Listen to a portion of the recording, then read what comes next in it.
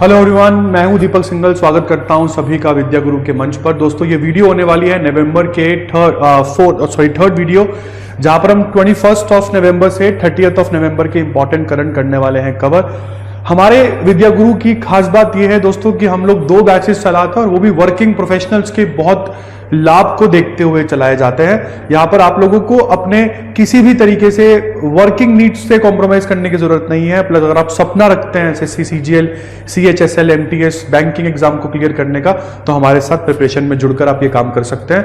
दोस्तों, ये वीडियो बहुत ही इंफॉर्मेटिव रहेगी, जहां पर हम लोग कुछ 48 टॉपिक्स जो होंगे करंट के वो कवर करेंगे। पूरी अच्छी तरीके से ये टॉपिक को कवर किया जाएगा आप लोगों के एग्जाम्स की सारी नीड्स को ध्यान में रखते हुए। दूसरी इंपॉर्टेंट चीज, मेरी वीडियो को पहली बार देख रहे हैं तो चैनल को प्लीज सब्सक्राइब कर लें, लाइक बटन दबा दें और बेल आइकॉन जरूर दबाइएगा। इसको दबाने के कोई आपको पैसे नहीं देने होते हैं, ये मुफ्त में होता है। प्लस बस अच्छा लगता है कि आप लोग अपना स्नेह दे रहे हैं, प्यार दे रहे हैं। और कोई भी अगर आप मेरे से एक्स्ट्रा चीज चाहते हैं या कोई सजेशन देना चाहते हैं तो आप कमेंट सेक्शन का इस्तेमाल कर कर अपने सुंदर कमेंट लिख सकते हैं। मैं जरूर सबके कमेंट पढ़ूंगा यहाँ पर। आइए दोस्तों, बात करते हैं इस वीडियो की, जहां पर हम लोग शुरुआत करने वाले हैं करंट अफेयर्स की। सबसे पहला करंट अफेयर है आपके पास न्यूजीलैंड और केनिया। न्यूजीलैंड और केनिया ने यहां पर बासमती चावल, भारत ने बासमती चावल के एक्सक्लूसिव मार्केटिंग राइट्स की मांग करी थी। भारत ने क्या बोला था कि बासमती चावल के मार्केटिंग राइट्स हमारे पास होने चाहिए, क्योंकि हमने बासमती चावल को तो जीआई टैग भी दे रखा है। तो डब्ल्यूटीओ के ट्रिप्स के अंतर्गत, trade related aspect of intellectual property rights के अंतर्गत भारत ने मांग की थी, और न्यूजीलैंड और केनिया ने भारत की मांग को ठुकरा दिया कि सर ऐसे कैसे बासमती चावल के एक्सक्लूसिव मार्केटिंग राइट आपको दे दें, है ना, हम नहीं देंगे। इसके बाद आगे बढ़ते हैं। जो तुर्की है ये COP 31 2026 में होस्ट करेगा। मेरी पिछली वीडियो में आप लोगों को पता होगा, मैंने बताया था तुर्की और ऑस्ट्रेलिया के बीच में रार थी कि COP 31 कौन होस्ट करेगा। Conference of party 31 United nation framework convention on climate change के अंतर्गत होस्ट की जाने वाली एक ट्रीटी है, एक समिट है यहाँ पर COP 31 के नाम से। हालांकि COP 30 ब्राजील में हुई है, जिसके बारे में अभी कुछ ही देर में बात मैं करूंगा। इसके बाद आगे बढ़ते हैं। Michelle Bachelet Indira Gandhi prize for peace, disarmament और डेवलपमेंट 2024 से सम्मानित की गई हैं। शांति, डिसआर्मामेंट और विकास के लिए दिया जाने वाला ये इंदिरा गांधी पुरस्कार जो है, ये इस बार मिशेल बेचेलेट को दिया गया। मैडम, आप चिली की पहली और अभी तक की आखिरी महिला राष्ट्रपति रही हैं। आप 2 बार राष्ट्रपति बनी हैं चिली की, 2006 से 2010, माफ कीजिएगा, 2014 से 2018।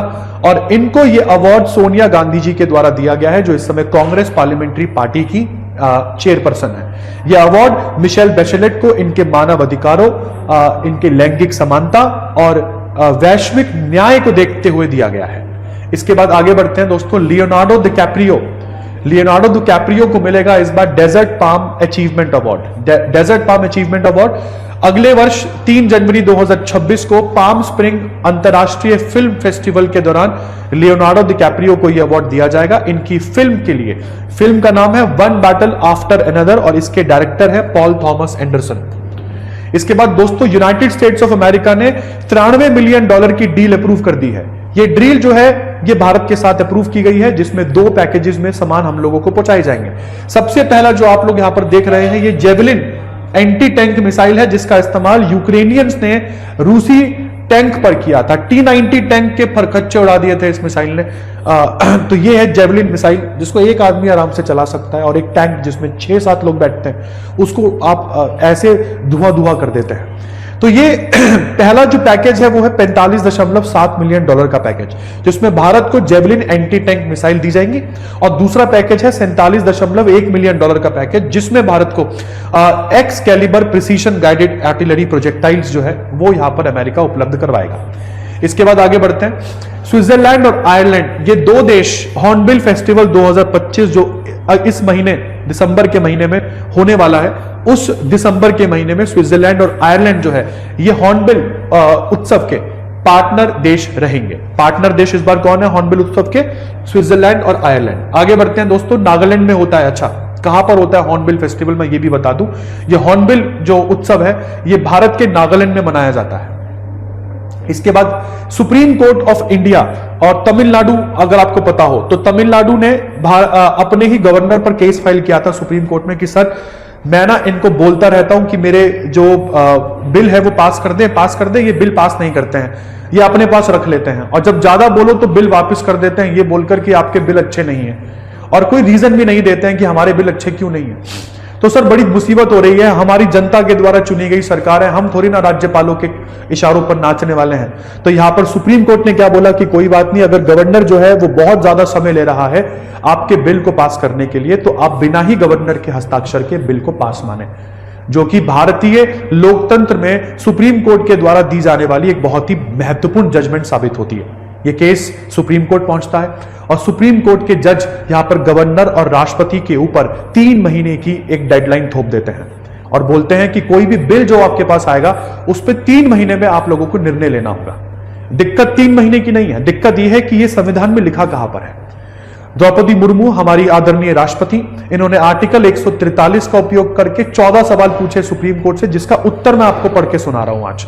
सुप्रीम कोर्ट से द्रौपदी मुर्मू ने नटशेल में क्या पूछा कि माननीय आदरणीय उच्च न्यायालय जी, ये जो आपने 3 महीने की वर्डिक्ट सुंदर सुंदर हम लोगों पर लगाई है, जल्दी से बता दीजिए आपने ये कौन से आर्टिकल का इस्तेमाल करके लगाई है और संविधान के किस अनुच्छेद में इसको लिखा गया है। शायद हमसे पढ़ा नहीं गया है, शायद या हमारी मतलब हमें दिखा नहीं होगा, तो आप ज्यादा समझदार हैं, आप दिखाएं। तो सुप्रीम कोर्ट जानता था, लिखा तो कहीं भी नहीं है। तो सुप्रीम कोर्ट ने बोल दिया है कि सर अब कोई भी फिक्स्ड टाइम राष्ट्रपति या गवर्नर के लिए नहीं है, कि जो मैंने 3 महीने का यहाँ पे टाइम लिमिट लगाया था उससे सुप्रीम कोर्ट अपने ही दिए फैसले को पलट देता है। और सुप्रीम कोर्ट यहां पर यह भी बोलता है कि देखिए सर, राष्ट्रपति का तो मैं बोल रहा हूं कि आपको तो खैर एक बार जो बिल आपके पास आया उस पर अच्छे से मतलब समय के हिसाब से वो लेना डिसीजन, ये नहीं है कि सालों सालों तक तुमने वो बिल को अटका के रखा है। बट गवर्नर से एक शक्ति छीन ली गई है। आर्टिकल 200 के अंतर्गत गवर्नर किसी बिल पर बैठ जाते थे, उसको ना राष्ट्रपति को भेजते थे ना उस पर हस्ताक्षर करते थे, जिसको गवर्नर की पॉकेट वीटो कहा जाता था। सुप्रीम कोर्ट के दिए गए इस दिशा निर्देश के अनुसार अब गवर्नर से उसकी पॉकेट वीटो छीन ली गई है, बाकी सब अधिकार एज इट इज चलेंगे। Prime minister Narendra Modi G20 summit के लिए जोहान्सबर्ग गए। Johannesburg, prime minister Narendra Modi G20 summit के लिए जोहान्सबर्ग गए। इसके बाद आगे बढ़ते हैं दोस्तों। 76वें नेशनल बुक अवार्ड्स 2025 अभी हाल फिलहाल में अनाउंस किए गए। 76वें नेशनल बुक अवार्ड्स 2025, और ये अवार्ड सेरेमनी जो थी ये मैनहट्टन में होती है और यहां पर कई सारे लेखकों को उनकी पुस्तकों के लिए पुरस्कारित किया गया, जैसे राबी अपना अला मैदिनी, अगर मैं कुछ गलत प्रोनाउंसिएट कर दूं तो माफ करना मुझे। इनकी किताब का नाम है the true story of Raja the गुलिबल। उसके बाद पैट्रिसिया स्मिथ, इनको मिला है इंटेंशंस ऑफ थंडर के लिए अवार्ड। उमर अल अकाड, इनको मिला है इनकी novel one day everyone will have always been against this, इस वो नॉवल के लिए अवार्ड मिला है। डेनियल नेयेरी को अवार्ड मिला है the teacher of Nomadland a world war second story. Gabriela Cabezon Camara, इनको और रॉबिन मेयर्स को अवार्ड मिला है we are green and trembling, इस नॉवल के लिए। इसके बाद फातिमा बॉश दोस्तों, अगर इनके बारे में हम बात करते हैं, ये मैक्सिको से आती हैं और मिस यूनिवर्स 2025 का टाइटल जीत लिया है इन्होंने। ये 74वां miss universe pageant ceremony Thailand में चल रहा था, जहां पर भारत को रिप्रेजेंट करने पहुंची भारत की मिस इंडिया, नाम था इनका मणिका विश्वकर्मा। इनके बारे में हमने अपनी पहली वीडियो में भी बताया। हालांकि मणिका विश्वकर्मा टॉप 12 तक ही पहुंच पाई, उसके आगे नहीं जा पाई। बट इस पूरी की पूरी यूनिवर्स अवार्ड में जो जीती है उसका नाम जो है वो मिस मैक्सिको है, नाम है इनका फातिमा बॉश। आगे बढ़ते हैं। नेशनल फिलॉसफी डे, जो इस बार वर्ल्ड फिलॉसफी डे के रूप में भी मनाया गया, वो 20 नवंबर को मनाया जाता है। इसके बाद दोस्तों मलेशिया उन देशों की सूची में जुड़ गया है जिसमें Australia, France, Spain, Italy, Denmark, Greece already आते हैं, और अब मलेशिया ने भी 16 साल से कम उम्र के बच्चों के लिए सोशल मीडिया पर बैन लगा दिया है, जो अगले साल जनवरी 1 से लागू कर दिया जाएगा। इसके बाद यूनाइटेड स्टेट्स ऑफ अमेरिका के ये महान राष्ट्रपति 47वें राष्ट्रपति डोनाल्ड ट्रंप जो हैं, इन्होंने फिर एक बढ़िया दाव खेल दिया है। इन्होंने सऊदी अरेबिया को बोल दिया है कि आप हमारे 20वें मेजर नॉन नेटो एलाय हैं। मतलब आप नेटो के हस्ताक्षर तो आपने नहीं किया है, आपने नेटो पर हस्ताक्षर कहां किया है, बट आप नॉन नेटो मेजर एलाय हैं। अमेरिका आपको नेटो से कम भी नहीं समझता है, तो आप ऐसे 20वें राष्ट्र हैं। अब सोचेंगे ऐसा क्यों कर रहा है ये आदमी? भाई साहब बिजनेसमैन, बिजनेस है ये, क्या F-35 नाम का कूड़ा बेचना है इसे बस। तो अब इसने अप्रूव कर दिया है कि मैं ये जहाज अब जो है वो सऊदी अरब को भी बेच पाऊंगा। अब ये डील सुनकर इन दोनों का खेला देख रहा पीछे एक और इंसान था जो चिढ़ गया है, नाम है इजराइल। और इजराइल के बेंजामिन नेतन्याहू ने अपना यहां पर एक प्रतिक्रिया दर्ज करवाई है कि देख भाई ट्रंप, भले ही जहाज बना के बेच दो, बट ये F-35 का जो वेरिएंट आप सऊदी को बेचोगे वो हमारे वाले वेरिएंट से कमजोर होना चाहिए, कह दे रहे हैं हमारे वाले वेरिएंट से कमजोर होना चाहिए, उससे ताकतवर दोगे तो फिर राड़ पैदा हो जाएगी हमारी तुम्हारे बीच में, फिर देख लेना अच्छा नहीं होगा। आगे बढ़ते हैं, लैरी पेज की बात कर लेते हैं। लैरी पेज इस समय गूगल की पेरेंट कंपनी अल्फाबेट में मेजर शेयर होल्डर है ये, और दुनिया के तीसरे सबसे अमीर व्यक्ति बन गए हैं। हाल फिलहाल में गूगल ने जेमिनाई 3 लॉन्च किया, जिसकी वजह से गूगल की नेटवर्थ बढ़ी तो भाई साहब की भी बढ़ गई, और लैरी पेज जो है अब ये दुनिया के तीसरे सबसे अमीर व्यक्ति हो गए हैं। छोड़ दिया है पीछे इन्होंने अमेजॉन के फाउंडर जेफ बेजोस को। इसके बाद जस्टिस सूर्यकांत बने भारत के 53वें चीफ जस्टिस। इससे पहले थे BR गवई जी, अब जस्टिस सूर्यकांत हरियाणा से आते हैं। सबसे इंपॉर्टेंट चीज, इन्होंने अपनी शपथ हिंदी में पढ़ी, जो एक प्रेसिडेंट सेट करता है, एक प्रेसिडेंट सेट करता है कि अपनी शपथ इन्होंने हिंदी में पढ़ी, अपने आप में बहुत बड़ी चीज है। Chief justice of India Suryakant ji सन 2027 फरवरी 9 तक बैठेंगे, और जिस तरीके से ये काम करते हैं मेरे हिसाब से मजा आ जाएगा। सुप्रीम कोर्ट के 2 साल बेहद ही बेहतरीन रहने वाले हैं, मतलब आने वाला अब तो 1 ही साल है, खैर जो भी है। आगे बढ़ते हैं। इनके बाद बेटा सामिया सुलुहू, इन्होंने भी शपथ ली राष्ट्रपति पद की, और ये लगातार दूसरी बार जो है ये तंजानिया शहर की या तंजानिया देश की राष्ट्रपति बनी। इनका शपथ ग्रहण समारोह दोदोमा में हुआ था, जो तंजानिया की कैपिटल है। तंजानिया की 6वीं राष्ट्रपति हैं और लगातार दूसरी राष्ट्रपति बनी है, दूसरा टर्म है इनका ये। तंजानिया देश की पहली महिला राष्ट्रपति भी यही है। इसके बाद दोस्तों इंडिया ने हिस्टोरिक परफॉर्मेंस दिखाई है। यहां पर मैं बात कर रहा हूं वर्ल्ड बॉक्सिंग कप की।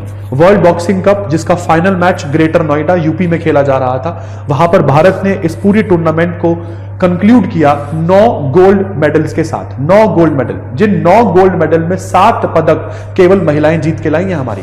उन महिलाओं के नाम लेकर आया हूं, Jaismine Lamboria 57 KG category, Nikhat Zareen 51 KG category, Parveen Hooda 60 KG category, Arundhati Chaudhary 70 KG category, Preeti Pawar 54 kilo, Meenakshi Hooda 48 kilo, तो नुपुर शिरोन 80+ केजी कैटेगरी में जीता है इन्होंने गोल्ड पदक। इसके बाद 25 नवंबर का दिन international day of elimination of violence against women, मतलब एक ऐसा दिवस जिसमें हम इस चीज को सपोर्ट करते हैं कि महिलाओं के प्रति हिंसा जो है वो नहीं होनी चाहिए, तो उसका समर्थन करने के लिए यह दिवस मनाया जाता है कि महिलाओं के प्रति हिंसा नहीं होनी चाहिए, उसको हटाओ, उसको खत्म करो। इसके बाद दोस्तों सरकार जो है वो 131वां संशोधन अधिनियम जो है, सॉरी विधेयक, 131वां संशोधन विधेयक 2025 बहुत ही जल्द पार्लियामेंट में पेश करेगी। हालांकि अभी तो पीछे हट गए हैं ये लोग, पेश नहीं कर रहे हैं, बट इस पूरे की पूरे बिल का क्या मोटिव है और क्यों पंजाब चिढ़ गया है, क्योंकि इस बिल के पेश करने के बाद चंडीगढ़ जो है वो डायरेक्टली राष्ट्रपति जी के अंदर आ जाएगा। मतलब सर चंडीगढ़ तो पहले भी यूटी है, बेटा यूटी तो है चंडीगढ़, बट चंडीगढ़ का जो गवर्नर होता है वो एक्चुअली में पंजाब का गवर्नर ही होता है। तो पंजाब का जो गवर्नर होता है वो चंडीगढ़ का गवर्नर होता है। जबकि अगर मैं दिल्ली जैसी यूनियन टेरिटरी में देखूं तो यहाँ के गवर्नर जो होते हैं वो लेफ्टिनेंट गवर्नर होते हैं और वो राष्ट्रपति के द्वारा अपॉइंट किए जाते हैं। तो एक तरीके से चंडीगढ़ अभी राष्ट्रपति के अधीन नहीं है। आर्टिकल 240 के अंतर्गत ये प्रत्यक्ष रूप से राष्ट्रपति जी के अधीन आ जाएगा। तो राष्ट्रपति जी जो है यहां पर शांति, इसकी प्रोग्रेस है, यहां पर अच्छा जो गवर्नेंस है उसको स्थापित करने के लिए डिसीजन जो है वो ले पाएंगे। इसके बाद आगे बढ़ते हैं दोस्तों, United nation framework convention on climate change के अंतर्गत इस बार का COP 30 जो है वो ब्राजील में हुआ, ब्राजील के बेलम में हुआ, ठीक है। और इस पूरी की पूरी समिट को ब्राजील के डिप्लोमेट जिनका नाम था आंद्रे अरहाना कोरिया दो लागो, वो इस समय इसको होस्ट कर रहे थे। हालांकि अगर कुछ गलत मैंने प्रोनाउंसिएट किया हो इनका नाम तो माफ कीजिएगा। हालांकि यूनाइटेड स्टेट्स ऑफ अमेरिका ने इस समिट को बाइकआउट कर दिया है। भाई साहब बावला हो गया ये आदमी, जब से राष्ट्रपति बना है तब से यूएस में कोई भी क्लाइमेट डिप्लोमेसी का पद ही नहीं है, कोई ऑफिस ही नहीं है। क्लाइमेट डिप्लोमेसी के ऑफिस पर ताला मार दिया इसने। अब उस पद पर ही ताला मार दोगे जो पर्यावरण को बचाने की बात करेगा तो कैसे चलेगा भैया। आगे बढ़ते हैं। हेली गुबी, इस वॉल्केनो के बारे में सुना होगा आपने। इथियोपिया में स्थित यह वॉल्केनो नियरली 12,000 साल के बाद फटा। इस ज्वालामुखी से निकलने वाली ऐश 14 किलोमीटर तक ऊपर गई। यह वॉल्केनो अदीस अबाबा से तकरीबन 800 किलोमीटर की दूरी पर स्थित एरिट्रिया के बॉर्डर के पास में है। आता इथियोपिया में ही है। इथियोपिया जो अफ्रीका में है, अफ्रीका के पूर्व में देखने को मिलेगा ये देश आपको। इसके बाद विक्रमनाथ, जस्टिस विक्रमनाथ नालसा के चेयरमैन बने हैं।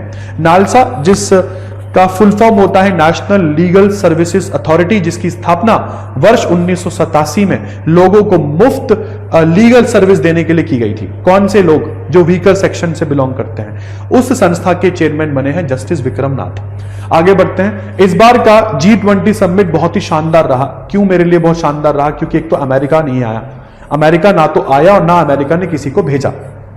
दूसरी तरफ 3 देशों के राष्ट्र अध्यक्ष आपको हाथ मिलाते दिखे। यहां पर जो राइट साइड में आपको दिख रहे हैं, ये है मार्क कार्नी जो कनाडा के प्रधानमंत्री हैं। बीच में भारत के प्रधानमंत्री आपको देखेंगे नरेंद्र मोदी, और एल्थनी कुछ करके नाम है इनका, एंथनी एल्बनीज। हाँ, एंथनी एल्बनीज ये ऑस्ट्रेलिया के प्रधानमंत्री है, जो आप लोगों को बिल्कुल लेफ्ट साइड में दिख रहे होंगे। ये तीनों हाथ मिलाते हैं और AICTI नामक एक संगठन बना देते हैं।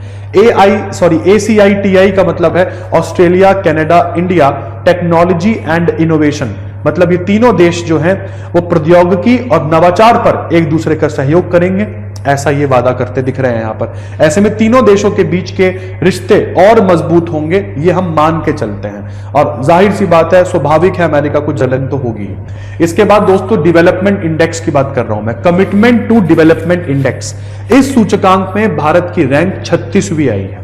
हालांकि दुनिया के टॉप 5 देशों की बात करें तो Sweden, Germany, Norway, Finland, United kingdom, ये दुनिया के 5 टॉप परफॉर्मर्स हैं। और कमिटमेंट टू डेवलपमेंट इंडेक्स में भारत का जो रैंक है वो 36वां आया है। हालांकि भारत को अगर मैं अलग अलग कैटेगरी की रैंक देखूं तो हमारी सबसे best rank environment component category में आई है। भाई ओवरऑल रैंक तो 36 रहेगी हमारी, बट एनवायरमेंट कंपोनेंट कैटेगरी में रैंक हमारी 8वीं आई है, जो कि हमारे लिए बहुत अच्छी है। इसके बाद मैक्स वर्स्टैपेन ने लास वेगस 2025 का ग्रैंड प्रिक्स जीत लिया है। Las Vegas, max Verstappen red bull की तरफ से गाड़ी चलाते हैं, फॉर्मूला 1 ड्राइवर है।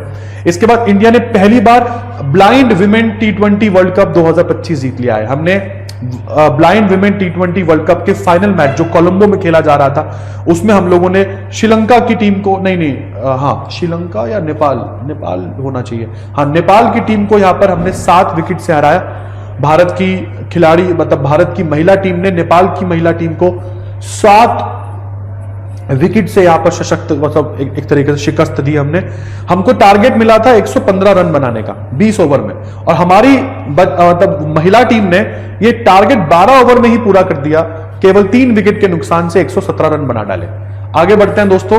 26 नवंबर के दिन संवैधानिक दिवस मनाया जाता है। ये वो तारीख है जब 2 साल 11 महीने 18 दिनों के बाद हमारा संविधान जो है वो पारित किया गया, मतलब पास हुआ। हालांकि संविधान लागू नहीं हुआ इस तारीख में, इसलिए संवैधानिक दिवस तो मनाया जाता है 26 नवंबर।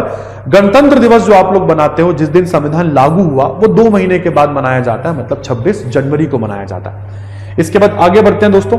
Next, national commission for women ने नेशनल मतलब NCW ने एक नई हेल्पलाइन नंबर निकाला है 14490, याद कर लेना इसे, 14490। ये 24/7 काम करेगा, और अगर आप हिंसा, हैरासमेंट या कोई आपको थ्रेट दे रहा है तो आपको ये नंबर पर कॉल कर मतलब ये टोल फ्री नंबर है, आप कंप्लेंट दर्ज कर सकते हैं। आपको गाइडेंस, काउंसलिंग, आपको लीगल एड अगर चाहिए होगा, सब फ्री ऑफ कॉस्ट NCW आपको देगा। तो ये 14490 नंबर जरूर याद करके चलना है सभी लड़कियों को। इसके बाद वेलामला सिमन्ना लोक नायक फाउंडेशन लिटरेरी अवार्ड 2025 के लिए इनको सेलेक्ट कर लिया गया है। तेलुगु राइटर हैं और आंध्रा यूनिवर्सिटी के डिपार्टमेंट ऑफ तेलुगु के फॉर्मर हेड रह चुके हैं ये। अच्छा, वेलामल्ला सिमन्ना पुरस्कार जिसको भी मिलता है उसको साथ में 2 लाख का कैश प्राइज मिलता है। तो ये अवार्ड 18 जनवरी के दिन इनको विशाखापत्तनम में दिया जाएगा। आगे बढ़ते हैं। भारत इलेक्ट्रॉनिक्स लिमिटेड, बेल, और एक और कंपनी है सैफ्रॉन इलेक्ट्रॉनिक्स एंड डिफेंस। तो बेल और SED saffron electronics and defence, ये दोनों कंपनियां मिलकर जो है, ये पहली बात तो फ्रांस की कंपनी है सैफरॉन इलेक्ट्रॉनिक्स डिफेंस जो है, ये भारत में ही दोनों कंपनियां मिलकर हैमर मिसाइल का जो है ये मैन्युफैक्चरिंग शुरू करेगी। भारत में ही हैमर मिसाइल बनाई जाएगी। हैमर मिसाइलें आप लोगों ने देखी होंगी, ये मिसाइल हमने ऑपरेशन सिंदूर के समय पाकिस्तानियों की लंका लगा दी थी इसी मिसाइल से हम लोगों ने।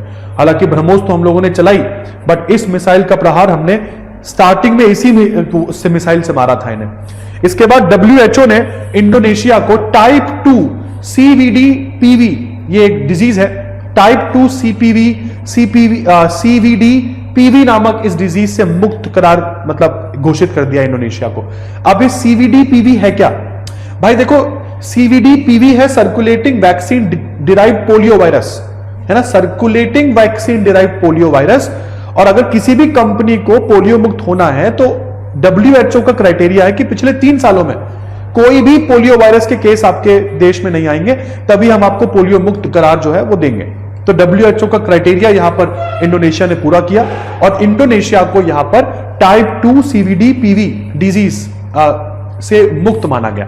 इसके बाद भारत के इस बार के विंटर बहुत ही भीषण चल रहे हैं भाई साहब, हवा की क्वालिटी बहुत बुरी चल रही है। मैं एक बार डेटा आपके सामने जो है वो रख के दिखा देता हूं। इस डेटा में भारत के 10 सबसे पोल्यूटेड शहर कौन कौन से हैं। टॉप 5 में आपको 4 तो यूपी के ही दिखेंगे, Hapur UP, Noida UP, Ghaziabad UP number 3 पर और नंबर 5 पर ग्रेटर नोएडा यूपी। बट अभी ठहरिए, इस टॉप 5 में नंबर 4 पर दिल्ली भी दिख रही है, जो कि दुनिया की सबसे पोल्यूटेस्ट कैपिटल मानी जा रही है इस समय।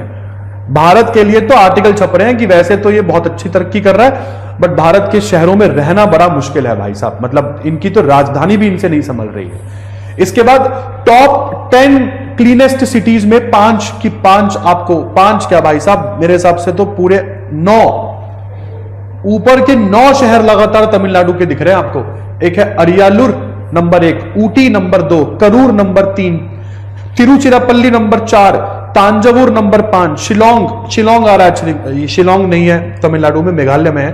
नहीं तो ऑलमोस्ट टॉप 10 में 7-8 जो स्थान है वो इन्हीं के हैं। तो ये इंडिया का इस बार का विंटर बहुत ही ज्यादा सीवियर है भाई साहब, इससे बेकार सर्दियां मैंने भारत में आज तक कभी नहीं देखी। इसके बाद लक्ष्य सेन ने यहां पर 2025 का ऑस्ट्रेलियन ओपन सुपर 500 टाइटल जीत लिया है। मैं बात कर रहा हूं लक्ष्य सेन की। इन्होंने सिडनी में, ये सिडनी में चल रहा था, तो सिडनी में इन्होंने जापान के यूशी तनाका को हराया और ये इनकी जिंदगी का पहला टाइटल है। इसके बाद दोस्तों इंडिया ने world skill Asia competition join कर लिया है। वर्ल्ड स्किल एशिया कंपटीशन को ज्वाइन करने से होने क्या वाला है, हमारी तरफ से इस पूरे की पूरी संस्था में ministry of skill development and entrepreneurship Bharat को रिप्रेजेंट करेगी। और इस पूरे कंपटीशन में अब भारत के जो कॉम्पिटिटर्स होंगे वो mechatronics, CNC milling, web development, mobile robotics, graphic design, fashion technology, cloud computing जैसे जो हमारे टैलेंट है वो हम दुनिया के सामने रख पाएंगे। ठीक है जी। इसके बाद आइकॉनिक स्टार धर्मेंद्र केवल कृष्ण देओल, इनका निधन हो गया 89 की एज में मुंबई में। सर को बॉलीवुड का हीमैन कहा जाता था, शोले जैसी आइकॉनिक मूवी में इन्होंने काम किया है। इसके बाद 350वां शहीदी दिवस मनाया गया गुरु तेग बहादुर जी का। ये सिख धर्म के 9वें गुरु थे जिनकी जान जो है औरंगजेब ने ली। इन्होंने अपनी शहादत दी क्योंकि इस्लाम कबूलना इनको गुजारा नहीं था। और चांदनी चौक दिल्ली में ही इनका सर जो है इनके धड़ से हटा दिया गया। और जहां पर ये सब काम हुआ आज वहां पे चांदनी चौक में शीशगंज गुरुद्वारा आपको साफ देखने को मिलेगा। इन्होंने ही अपने पुत्र को अगले गुरु के रूप में चुना जिनका नाम था गुरु गोविंद सिंह जी। गुरु गोविंद सिंह जी ने ही सिखों को खालसा में कन्वर्ट किया और खालसा ने मुगलों से बहुत लंबी लड़ाइयां लड़ी हैं। इसके बाद असम की सरकार ने यहां पर पॉलीगैमी को बैन कर दिया है। पॉलीगैमी को बैन करने के लिए जिसको कहते हैं ना बहुविवाह, उसको बैन कर दिया है। उसके लिए इन्होंने बिल पेश किया है अपनी लेजिस्लेटिव असेंबली में जो पास भी हो गया है। ठीक है। यहां पर वो क्या बोल रहा है कि पहली वाइफ को तलाक दिए बिना अगर दूसरी शादी करते हैं आप तो 7 सालों की सजा आप लोगों को यहां पर इनके द्वारा दिए गए नियम के हिसाब से होगी। और यहां पर बोल रहा है कि अगर आपने भाई साहब किसी से शादी कर ली है और अपनी पहली शादी छुपाई है, कंसीलमेंट ऑफ फैक्ट्स किया है, आपने कंसील किया है ये फैक्ट को कि नहीं भाई मैं शादीशुदा नहीं हूं और शादी कर लिया आपने, है ना, और बाद में उसको पता लगता है कि भाई तू तो शादीशुदा था, तो 10 साल की सजा होगी ऐसे में, मतलब अप टू 10 ईयर्स है यहाँ पर, अप टू 7 अप टू 10, ठीक है, हो भी सकती है 10 या 10 से कम। इसके बाद एनसीसी दिवस जो है, एनसीसी का 78वां स्थापना दिवस 23 नवंबर को मनाया गया। एनसीसी ये कॉर्प्स दुनिया की सबसे बड़ी यूनिफॉर्म्ड यूथ ऑर्गेनाइजेशन है। 1948 में जब ये बनी थी तब इसमें 20,000 जवान थे, कैडेट्स थे, अब तो लाखों में चले गए हैं। खैर, इसके बाद दोस्तों आगे बढ़ते हैं। बांग्लादेश की प्राइम मिनिस्टर शेख हसीना को मोहम्मद यूनुस की सरकार पता नहीं क्या करके मानेगी ये सरकार, इन्होंने अपने ही कोर्ट से अपने ही हिसाब से इनके लिए पनिशमेंट दिलवा दी।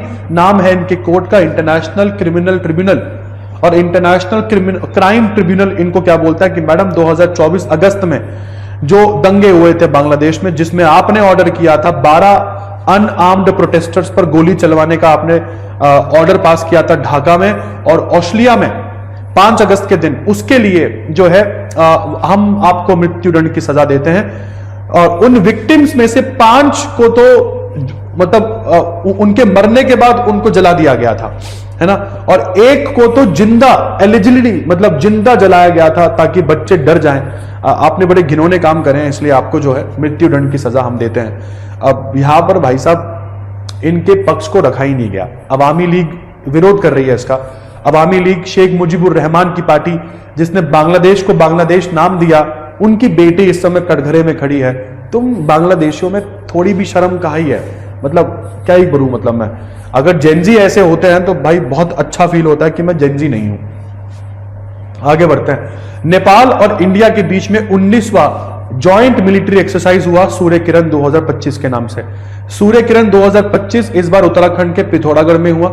यह जॉइंट मिलिट्री एक्सरसाइज का 19वां एडिशन था। इसके बाद आगे बढ़ते हैं। रोहित शर्मा इस समय अक्टूबर 2025 की रैंकिंग में ओडीआई वर्ल्ड नंबर 1 बैट्समैन बन चुके हैं। इन्होंने अभी इस पूरे सीजन में 781 रन मारे हैं। और नंबर 2 पर डैरिल मिचेल है न्यूजीलैंड के, इब्राहिम जादरान है अफगानिस्तान के नंबर 3 पर, नंबर 4 पर शुभमन गिल, नंबर 5 पर विराट कोहली आपको यहां पर दिखेंगे। तो इनको इस समय 781 रेटिंग पॉइंट्स मिले हैं रोहित शर्मा जी को। इसके बाद भारत ने विमेन कबड्डी वर्ल्ड कप 2025 भी जीत लिया है। कबड्डी वर्ल्ड कप 2025 में भारत की लड़कियों ने यहां पर चाइनीज ताइपी को 35-28 से मतलब एक तरीके से शिकस्त दी। फाइनल मैच बांग्लादेश के ढाका में चल रहा था। मैं ये भी आपको बता दूं, भारत की कबड्डी टीम की कैप्टन रितु नेगी है और वाइस कैप्टन है पुष्पा राणा। इसमें संजू देवी जो है इन्होंने कमाल कर दिया। 23 साल की संजू देवी जो है एक अपना मतलब उसमें कबड्डी में राइडर का काम करती हैं, ये राइडर की पोजीशन से खेलती हैं, छत्तीसगढ़ से आती हैं। इन्होंने ब्रेकआउट परफॉर्मर के रूप में इनकी जो छवि है वो यहां पर दिखी, मतलब इनको stand out player of the tournament के अवार्ड से भी सम्मानित किया गया। इसके बाद दोस्तों यहां पर फिर नेपाल ने वो काम कर दिया है जो बहुत पुराना नहीं है, बट आपको वैसे ही बता देता हूं। नेपाल की सरकार ने ये काम पहले भी किया था, बट अब ये काम जो है वो थोड़ा चर्चाओं में इसलिए आ रहा है क्योंकि ये नेपाल की जेनजी सरकार की वजह से हो रहा है। इसका मतलब क्या, जेनजी भी केपी शर्मा ओली की सरकार जैसे ही है। नेपाल के 100 रुपए के नोट एकमात्र मतलब नेपाल का नोट है जिसमें नेपाल के मैप को दर्शाया जाता है और किसी नोट में नेपाल के मैप को दर्शाया नहीं जाता। तो 100 रुपए के नोट में भाइयों ने भारत के 3 जगहों को अपना बताया है, लिम्पियादुरा, काला पानी, लिपुलेख। आपको बता दूं जब अंग्रेजों ने नेपाल में डंडे पीटे थे तो वो सन 1814 का समय था। 1816 में नेपाल के साथ ट्रीटी ऑफ सुगौली साइन हुई थी और नेपाल को ब्रिटिश इंडिया से अलग कर दिया गया था। इसी ट्रीटी में ब्रिटिश भारत और नेपाल के बीच में काली नदी जो है उसको बॉर्डर माना गया था। अब यही काली नदी कहां से शुरू होती है, वही है विवाद का कारण भारत और नेपाल के बीच में। भारत मानता है कि जहां से इस नदी का नाम मतलब काली नदी पड़ा वहां से ये नदी चलती है और उस नदी के हिसाब से देखें तो लिपुलेख, काला पानी और लिम्पियादुरा ये तीनों इलाके भारत के उत्तराखंड के अभिन्न अंग है और आजादी से ही हमारे पास में है। जबकि यहां पर नेपाली ये बोलते हैं कि नहीं नहीं नहीं सर, काला पानी काली नदी तो वहां से चल रही है जहां से ग्लेशियर पिघल रहा। आपने कहा तुम्हें जोर से मारेंगे भाई तुम्हें, ऐसे में तो फिर आप लोग गंगोत्री से गंगा चला दोगे। अरे भाई ऐसे थोड़ी ना होता, गंगोत्री से भगीरथी चलती है। भगीरथी अलकनंदा में मिलती है देवप्रयाग में और देवप्रयाग से बनती है गंगा। तो गंगा गंगोत्री से नहीं चल रही है भैया, देवप्रयाग से चल रही है। उसी तरीके से काली नदी है। तो ये इंपॉर्टेंट चीज है जो आप यहां पर देखोगे। आगे बढ़ते हैं। इसके बाद आगे बढ़े तो रायथना मिकोसम एक प्रोग्राम है जो आंध्र प्रदेश की सरकार ने लॉन्च किया है। यह प्रोग्राम दोस्तों 5 बिंदुओं के फॉर्मूले पर आधारित है, जिसमें आंध्र प्रदेश की सरकार अपने किसानों को समर्थन देगी। ये 5 फॉर्मूले हैं: water security, demand based cultivation, agritech adoption, food processing expansion, comprehensive government banking. आगे चलते हैं इस बार। नेक्स्ट करंट जो है वो आप लोगों के पास आ जाता है रोहित शर्मा, आईसीसी मेंस टी20 वर्ल्ड कप 2026 के ये टूर्नामेंट एम्बेसडर बने हैं। कौन? Rohit Sharma, tournament ambassador. इनकी अध्यक्षता में भारत ने टी20 वर्ल्ड कप जीता यूएस में, अगर आपको याद आ रहा हो। 7 फरवरी से 8 मार्च के बीच में भारत और श्रीलंका टी20 मेंस वर्ल्ड कप होस्ट करेंगे। मतलब ये एक तरीके से को होस्ट होगा, को जॉइंट होस्ट होगा। इसके बाद आगे बढ़ते हैं। 2030 लगभग 20 सालों के बाद कॉमनवेल्थ गेम्स, राष्ट्रमंडल खेलों की वापसी भारत में हुई। 2010 में ये खेल जो है ये खेले गए थे दिल्ली में, और अब 2030 में इन खेलों का आयोजन अहमदाबाद सिटी में होगा। ठीक है, हम चुन लिए गए हैं इसके लिए। अहमदाबाद जो है वो नाइजीरिया के अबूजा के अगेंस्ट यहां पर जीता, और तकरीबन 20 सालों के बाद राष्ट्रमंडल खेल भारत में वापस लौटे। और 2030 का एडिशन इंपॉर्टेंट क्यों होगा? क्योंकि जब ये खेल भारत में हो रहे होंगे ना, तब राष्ट्रमंडल खेलों का 100th एनिवर्सरी हो जाएगा यहां पर। आगे बढ़ते हैं। जैवोखीर सिंद्रोव, याद कीजिए गोवा में फाइड वर्ल्ड कप चल रहा था, जिस वर्ल्ड कप में 206 खिलाड़ी 1 महीने तक चेस खेल रहे थे यहां पर, और अब उसका यंगेस्ट चैंपियन मैं अनाउंस कर दूं यहां पर। फाइड वर्ल्ड कप 2025 के यंगेस्ट चैंपियन जो है वो निकल कर आए हैं जैवोखीर सिंद्रोव। इसी के साथ आखिरी current 29 November international day of solidarity with Palestinian people, मतलब फिलिस्तीनियों के लिए हम बिल्कुल खड़े हैं आपके साथ, आप टेंशन न लीजिए। वो दिन 29 नवंबर को सेलिब्रेट होता है। फिलिस्तीन अभी तक देश नहीं बना। यूनाइटेड नेशन में फिलिस्तीनियों को या पैलेस्टाइन को एक ऑब्जर्वर कंट्री का स्टेटस मिला हुआ है, इनको कंट्री का स्टेटस नहीं दिया हुआ है अभी तक। ठीक है जी, तो इसी के साथ आज के करंट, नवंबर मंथ के करंट होते हैं समाप्त। आई होप बड़ा मजा आया होगा आप लोगों को इस पूरी वीडियो में। जैसे कि मैंने बोला 48 बेहद ही इंपॉर्टेंट टॉपिक आपके लिए नवंबर के आखिरी के 10 दिनों में लेकर आया हूं। इन सभी 150 टॉपिक्स को अगर आप कवर कर ले मेरी 3 वीडियो में, तो जाहिर है स्वतः ही कोई भी टॉपिक, कोई भी पॉइंट आपके करंट में ऐसा हो ही नहीं सकता है जो हमारी इस वीडियो से ना आए। इसी के साथ मैं दीपक सिंघल आप सबसे विदा लेता हूं। मिलते हैं अगली वीडियो में बहुत ही जल्द। तब तक अपना बहुत बहुत ध्यान रखिएगा। धन्यवाद।